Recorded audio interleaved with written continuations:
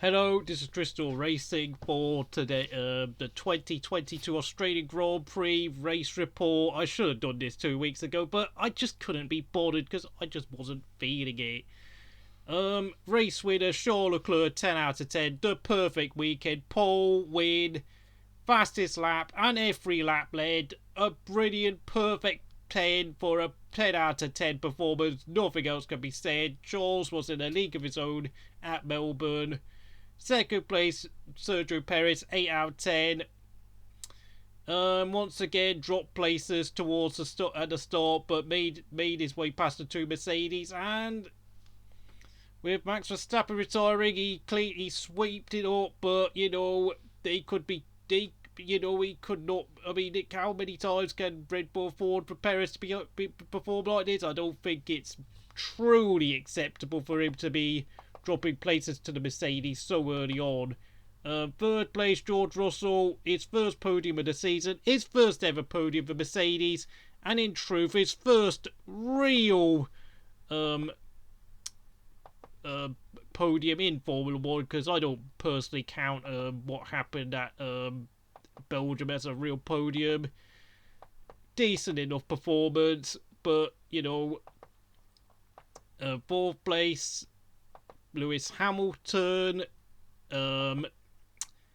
unlucky with the pit stops. Of course, the timing of the safety car caught him out, but the fact of the matter is, George just pipped him when it really counted. And I have to say, Lewis Hamilton is really struggling with the new cars this season. Lando Norris, fifth place, a decent performance, 8 out of 10, but I've only given him 8 out of 10 due to, of course, the retirement of Sainz and Verstappen. Of course, I'm presuming that had they not retired, he probably would have been 7th. And of course, Ricciardo had to do a bit of fighting at Australia. Ricciardo, 7.5 out of 10, again beaten in qualifying by Norris, but very good comeback nonetheless. 7th place, Esteban Ocon, 8 out of 10. Decent performance, not as quick as Alonso, but he got the job done when it counted. 8th place, Valtteri Bottas, 7.5 out of 10. Gasly, 7 out of 10. Very decent performance for Alfa and the AlphaTauri driver, but Bottas got overtaken a bit too easily, and I have to say Gasly got overtaken a bit too easily by Bottas for that 8th place. But in 10th place of my driver of the day, Alex Albon, a fantastic drive considering he was disqualified from qualifying, had to start from the pit lane, but made his medium tyres, or was it the soft tyres? I can't remember. It's now 2 weeks ago. But he made those tyres last for 57 laps, did his pit stop on the last lap, and just got in front of Guanyu Zhou on the pit straight. Brilliant, fantastic job. He has absolutely obliterated Nicholas Latifi so far this season. It's great to see after that terrible time he had at Red Bull. It's so good to see him back hitting his stride again after a year's rest, spending his time in DTM. 11th place, Guanyu Zhou, 7 out of 10. Very consistent start to the season. 10th, 11th, 11th.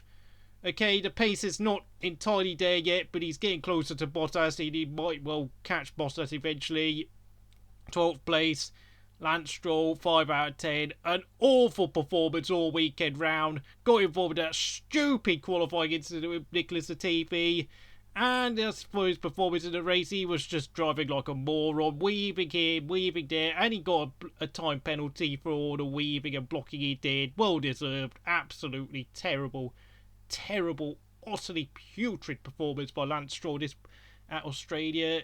13th place, Mick Schumacher, 6 out of 10. Showed a lot of decent pace, but ultimately he made a few mistakes here and there, and that probably costed him a possible chance at a points finish. 14th place, Kevin Magnussen, got caught out by the safety car.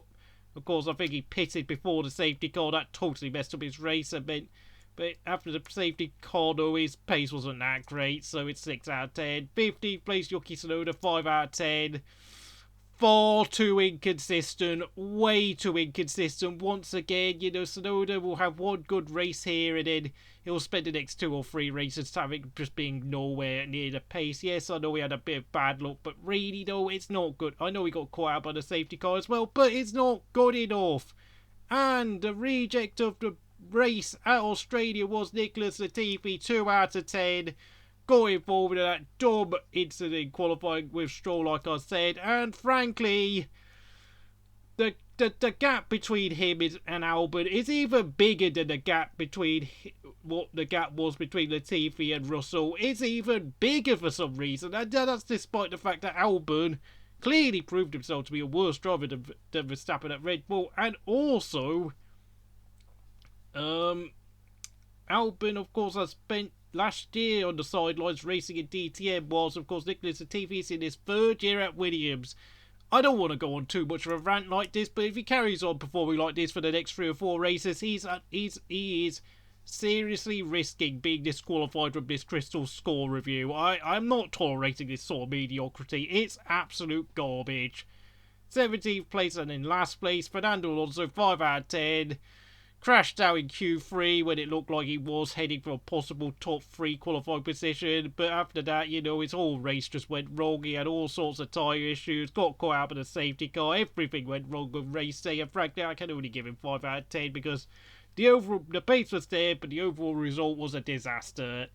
And of course, the retirees, Max Verstappen, 9 out of 10, was doing a fairly respectable job keeping up with Charles Leclerc, but once again, Red Bull's reliability problems strike at the worst moment. Really, this is already hurting his championship hopes, and and Red Bull are going to have to hope Ferrari do something wrong, because Ferrari look bulletproof so far, remarkably. Then, of course, Sebastian Vettel, 3 out of 10. Dreadful weekend, crashed in practice, no pace in qualifying, crashed out in a race, just an awful weekend round. And it's also 3 out of 10 for Carlos Sainz, who screwed up his qualifying lap in Q3, and then of course crashed out on the second lap of the race. Not good enough for a Ferrari number 2 driver. If you enjoyed this review, please like, subscribe, and I'll see you again next time.